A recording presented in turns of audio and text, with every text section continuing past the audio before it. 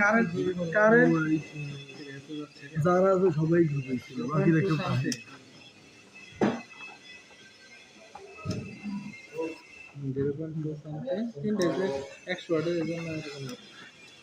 যেখানে পরিমাপ করা লাগে না সব জায়গায় সেম পাচ্ছি।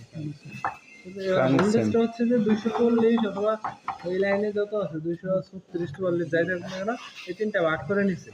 এই তিনটা ভোল্টেজ পরিমাপ করার জন্য আমাকে এখানে ভোল্টেজ সিলেক্ট করতে হবে। ভোল্টেজ সিলেক্ট আছে, এখন হচ্ছে ভোল্টেজ পরিমাপ করে দাও। এটা দাও উল্টা, আমরা উল্টা। এখন যদি ভোল্টেজ আমি পরিমাপ করি তাহলে কত পাই দেখো। ভোল্টেজ 70 এটা করো ভিন্ন কত 76 একটু কম বেশি পাও